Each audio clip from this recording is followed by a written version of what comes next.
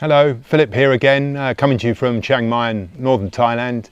And I think this is such a beautiful site. We were on this in chapter 4. This is chapter 5 of my new series, which is reading out the food for thoughts that come at the beginning of each new chapter in my book, Menu for a Spiritual Revolution, Health, Harmony and Happiness. So as I say, this is chapter 5, so it's number 5 in this video series. And I read out the food of thought at the beginning of each chapter and ask you to pause and think about it for yourselves, and then come back and listen to my thoughts on it. Now, ordinarily, you will be looking at me reading these, but I'm looking at this beautiful rain tree, which you're now looking at. So I think I'll let you enjoy the rain tree as I talk to you, and you can hear some of the bird song.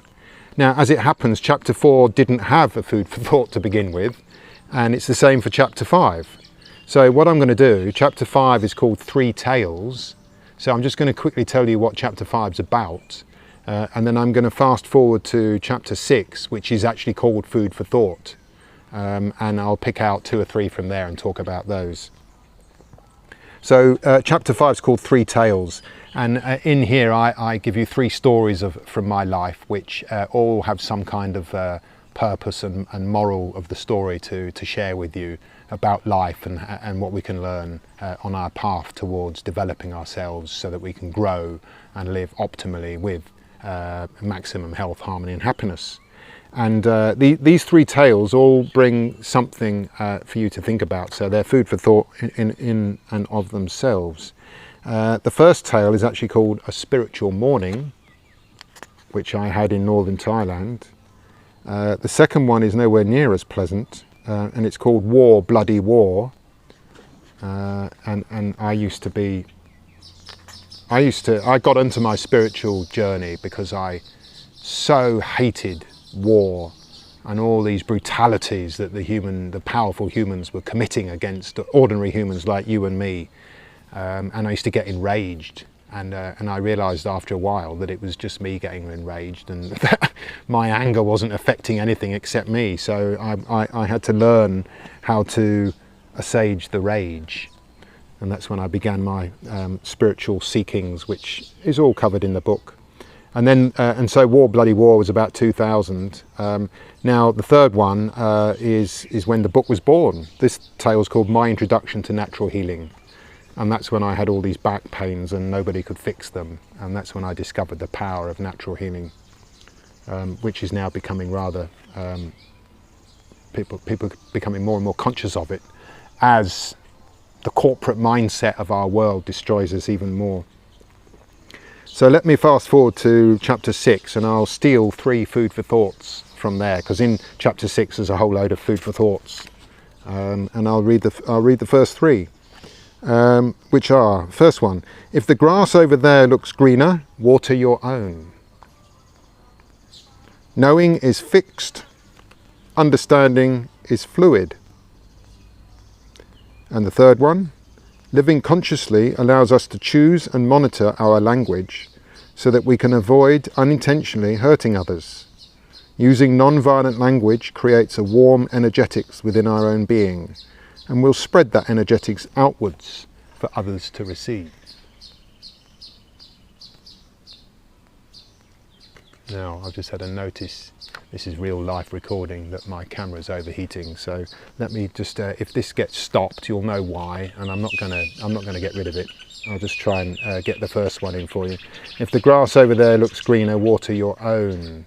Yeah, look at that, we all think that other people are having a better life and they're all, life's dandy for them, but we're sitting here struggling and suffering, but they're probably looking at you thinking that your grass is greener than theirs.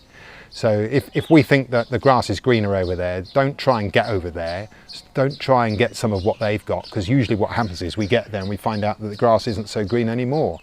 Instead, water your own. And if you water your own grass, this means you're going to nourish and nurture yourself. So you need to learn how to do that, and of course that's what my book does, it helps you do that. And I'm rushing now because I think that my camera's going to stop working. Knowing is fixed, understanding is fluid. Our schools only teach knowledge, they don't bother with us learning how to understand. What did I coin the other day? Understanding is knowledge in action. And then I said wisdom is understanding in action. So it's more food for thought for you. Knowing is fixed, understanding is fluid.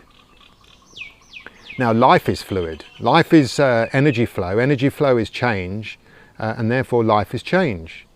So if we want to know everything, and we live in a culture of certainty where everybody knows everything, this is what they say, but we've already covered in the previous videos of this series that in fact we're conditioned into ignorance to a great degree by our school system. And our school system only really deals with knowledge, and it tries to force this knowledge into us. Like it's like a jug pouring liquid into a mug, and our mug is the brain. And to ensure that we receive it, they test us 1,000,000 times to force us to learn it. But you know, afterwards it's all forgotten and there's no understanding. Now, if you want to get by in life, if you want to enjoy life and not get stuck and paralysed at the first time of a challenging situation, which of course in 2020 hit everybody, and this is why so many people are powerless to change, because we're stuck in this world of knowledge. But knowledge is great, but it's just like holding something and not doing anything with it. We have to apply it, and that's why we have to speak and talk to people and go out and experience the world and put ourselves out there, put ourselves on the line, be ready to make mistakes, to look silly, whatever it is that we all fear, because we were just, you know, brainwashed for our whole childhood. It's got to be right, it's got to be good, bad is no good, wrong is no good. Instead of everything being like a learning process, you know, if something bad happens, well, let's allow ourselves to learn from it instead of punishing the person for committing the bad thing. So knowledge is fixed, knowing is fixed, understanding is fluid. Pursue understanding, and then if you've got it wrong, absolutely fine, move on. If somebody disagrees with you, brilliant, an opportunity to explore. Maybe they're right, maybe you're right.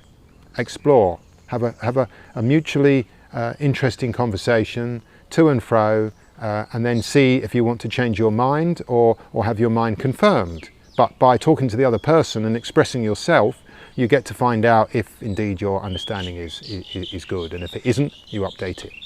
That's why understanding is fluid. Living consciously allows us to choose and monitor our language so that we can avoid unintentionally hurting others. Bruce Lipton tells us that neuroscientists say that we spend 95% of our lives operating out of our subconscious minds. And when we do that, we're subconsciously speaking and listening and reading and writing. We are not being connected to the real world. We're not being connected to the now moment. We're not connected to life. And that's where all violence comes from.